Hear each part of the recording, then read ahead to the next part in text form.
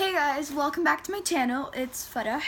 So today I'm gonna be doing a video that one of my friends actually requested for me to do. Like when you're just talking, she's like, "Hey, you should do this video." Okay, I'm so sorry, that was so bad.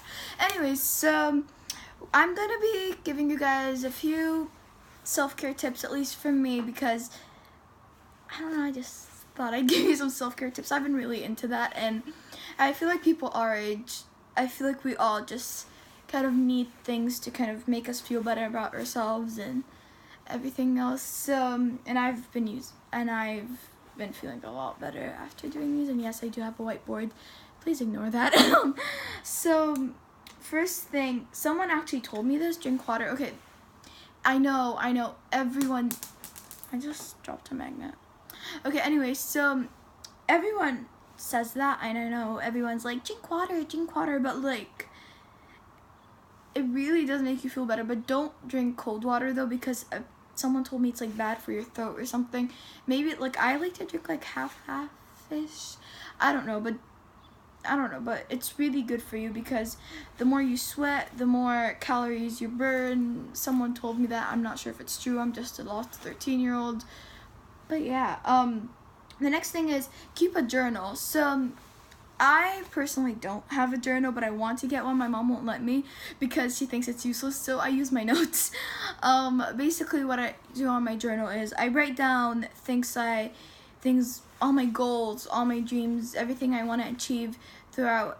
And actually a tip about that, don't tell everyone all your goals and everything like that, because they're most likely not gonna come true if you just tell everyone about them. And also, I just like to write things down that could help me out and how I'm going to achieve those goals. Maybe a few reminders to make me feel better, a few reminders about all sorts of things in general. So I feel like the journal is just very important. And also, I'm very forgetful, especially when it comes to people's birthdays, and it gets bad. So yeah, also it's just very helpful. And you can like doodle in it, write down how you're feeling, and if you're feeling upset or something, I find it sometimes easier to write things down, to write down how I'm feeling and stuff like that. I always find it easier to do so, at least with me, but I mean, you can always try it. Don't over exfoliate.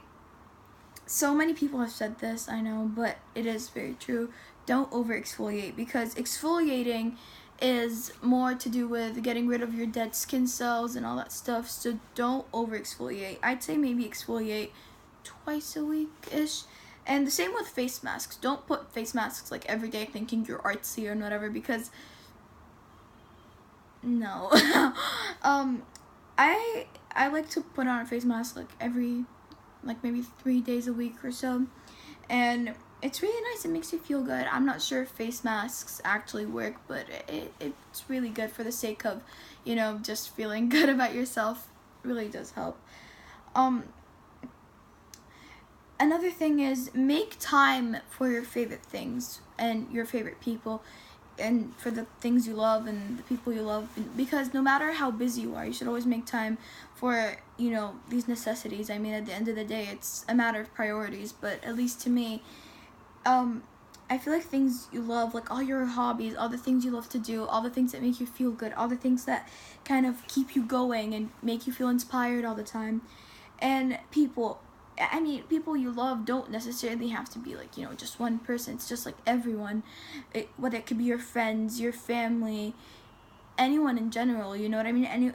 Anyone that you care for, and, you love them, and, there's family love, friendship love. It's great. Food love, I'm kidding. Yeah, but I'm not saying spend all your time with those people, because sometimes it could get a little overwhelming. So I'd say have some alone time. Take some time for yourself, and just kind of relax and steam off, and just focus on yourself for a while. Not in a selfish way, but just like take time to kind of relax and, just relax and feel good about yourself. Take a bath, use a new bath bomb. Do something that makes you feel good. Something that you could do alone, just make you feel better. And not everyone is going to like this one. Yes, I am a bookworm. I'd say read, but not read as in like, I mean, you could read on your phone, but I prefer reading like, actual books with paper because I feel like sometimes I'm sort of addicted to my phone, and I feel like I need time off my phone sometimes, and it's getting bad, and I want to take time off my phone. I'm getting under eye bags, and it's just getting bad. So reading really does help because you're taking time out of your day to kind of steam off and relax on your bed or on the couch and just read.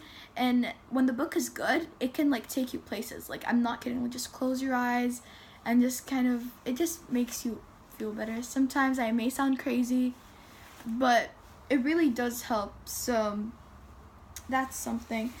And I already said write. By the way, as I said before, don't mind the whiteboard. That's why I keep looking that way. But write. Just write down things you feel, things you want to write about, things you're interested in. And I feel like that comes off reading as well. Like all those authors that inspire you, all those people that inspire you, all the characters that inspire you, people that you meet sometimes inspire you too, and they just make you feel like, oh my gosh, like that person inspired me. Like they gave you this like speech, and it's like, oh my gosh, like they're inspiring me to keep going, to keep going, and just continue pleasing everyone and doing the things I love and all these kind of things. Which all comes together into having a positive mindset. And when you have a positive mindset, you always feel better. And just having that positive mindset and being like, you know what, I don't care what everyone says, I'm happy the way I am, and that's it. And that's basically it. And just, I feel like no one likes drama, but so a way to stay out of drama, I feel like, is just don't spill the tea. You hear something, you overhear something, keep it to yourself. You don't have anything nice to say, don't say anything at all, because that's just going to cause even more problems. Just keep it all to yourself and just be nice to everyone, because 99%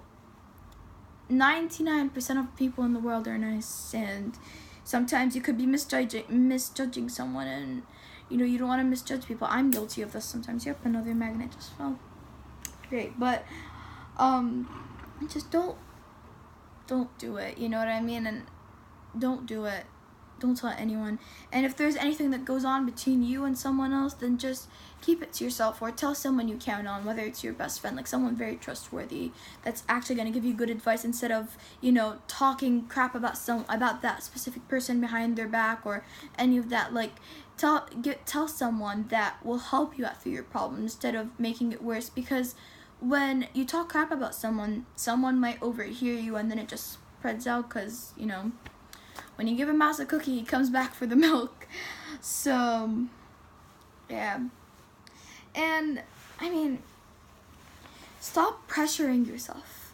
I need to take my own advice. Stop pressuring yourself all the time. And I feel like with school and everything, it's a lot of pressure, because parents, at least with my mom, I have strict parents, so she's always wanting me to get good grades and things like that. And I have older siblings that are also very strict on my education, and it's weird because I just, it's just so much pressure. And the thing is, you could be studying so hard the night before, working for hours and on end, non-stop, and then you go to the exam, you get so nervous that everything just kind of erases from your brain, and you're like, oh my gosh, that's it, like that is my ending point. And you're like, I know this, but you're so nervous you can't remember it. And I feel like something that parents should realize too is, it's different. Times change, and people in different times change too. Because when our parents were around, they didn't have, they weren't exposed to the internet like we are today. We're all just obsessed with Instagram and social media and all that stuff, and just wanting to become part of everyone's standards, when we're forgetting that we need to be our definition of perfect, and we need to empower each other, compliment each other, make each other feel good, because the more positivity you spread, the better everything else everyone feels. And it's weird because when someone walks through a hallway at school, deep down I feel like some people feel like they are being judged and everyone else is judging them. But if everyone else feels this way, then why do we judge each other? Why do we judge each other? Because if that was the case, no one would feel so insecure, no one would feel so bad about themselves. And when we're so exposed to social media, I feel like kids become more intelligent because, we start having different mindsets. Like, I read this fact the other day that an average high school student has the same level of anxiety as a mental hospital patient in the 50s. I think that's crazy. Because to us, anyone that goes to a mental hospital, like if, someone says, I'm going to a mental hospital, that's like insane. You know what I mean? It's not something normal to happen. It's just mind-blowing.